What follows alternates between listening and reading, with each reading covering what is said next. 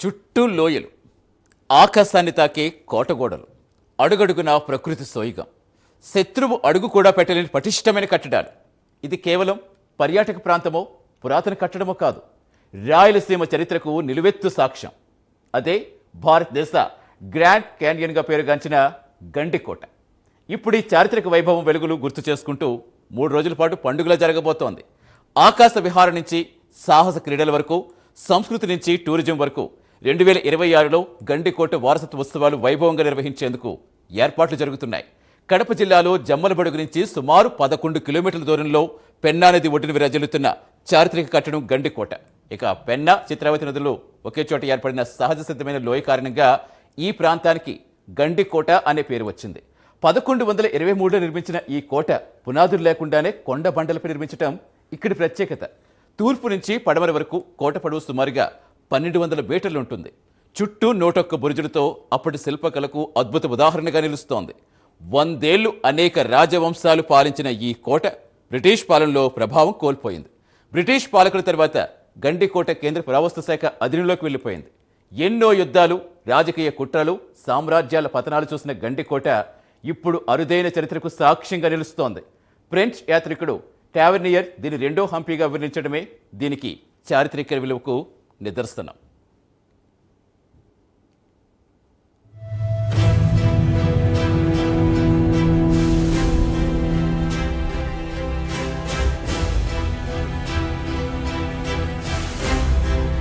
గండికోట చారిత్రక వైభవం తెలియజేసేలా వారసత్వ ఉత్సవాలు నిర్వహించేందుకు సిద్ధమైంది ఏపీ సర్కార్.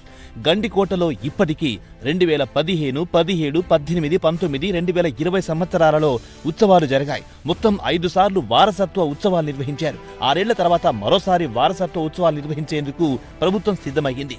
జూలై 1న ముఖ్యమంత్రి చంద్రబాబు గండికోటను సందర్శించినప్పుడు ఉత్సవాలపై హామీ ఇచ్చారు. ఈ మేరకు ఈ నెల 11, 12, 13 తేదీల్లో వారసత్వ ఉత్సవాలు నిర్వహించేందుకు అధికారులు ఏర్పాట్లు చేస్తున్నారు.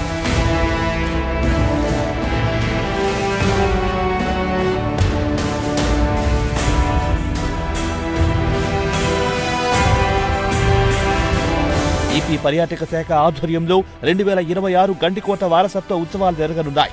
అత్యంత వైభవంగా ఉత్సవాలు నిర్వహించేందుకు ఇప్పటికే ఏర్పాట్లు పూర్తయ్యాయి. ఈసారి జరగనున్న ఉత్సవాలకు ప్రత్యేక ఏర్పాట్లు చేశారు.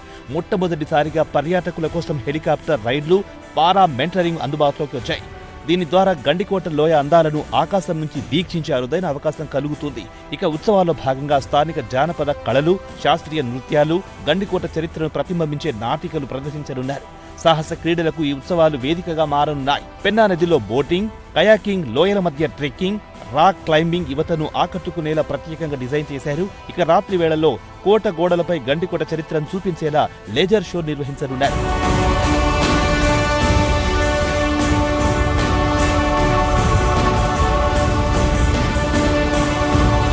ఇక ఉత్సవాలను ఉపయోగించుకుని గండికోటను అంతర్జాతీయ పర్యాటక కేంద్రంగా అభివృద్ధి చేసేందుకు ఏపీ ప్రభుత్వం కృషి చేస్తోంది. సుమారు 79 కోట్ల రూపాయల వ్యయంతో మౌలిక వసతులు కల్పిస్తోంది. టెంట్ సిటీలు, స్టార్ హోటళ్లు, వ్యూ పాయింట్ల వద్ద ఆధునిక సదుపాయాలు, రాయలసీమ రుచులతో ఫుడ్ కోర్టులు, హస్తకళల స్టాల్స్, స్థానిక కళాకారులకు ఉపాధి కల్పించేలా ఏర్పాట్లు చేస్తున్నారు అధికారులు. దీంతో ఇది కేవలం ఉత్సవం మాత్రమే కాదు, రాయలసీమ ప్రాంతానికి టూరిజం ద్వారా ఆర్థిక ఊపునిచ్చే ప్రయత్నంగా కూడా విశ్లేషకులు భావిస్తున్నారు.